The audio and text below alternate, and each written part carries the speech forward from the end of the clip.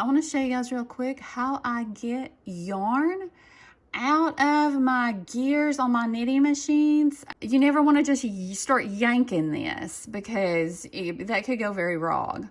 So what I do is I put some oil down in it, some lube, some oil, and let it set for a little bit. And then I start just trying to work it out. You know, turn it gently here. See if I can get it to start just working out on its own. It's really slippery now. Oh, look at that. I mean, it was stuck in there good. Hemostats are a wonderful tool. If you have knitting machines and you don't have hemostats, highly recommend you get some.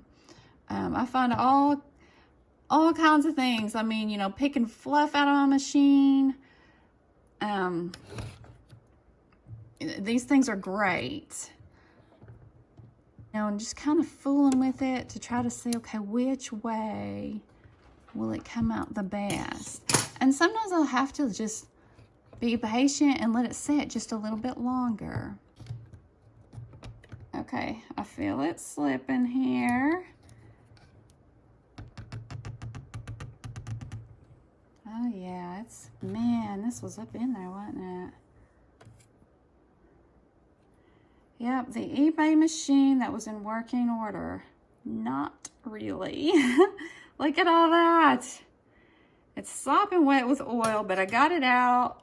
That and the hemostat. So that's just a really nice way to get it out if you don't want to take it apart. You might still have to, but it's a really nice way. Now I can, you know, see to clean it out better, and that actually looks really good. It's like the yarn.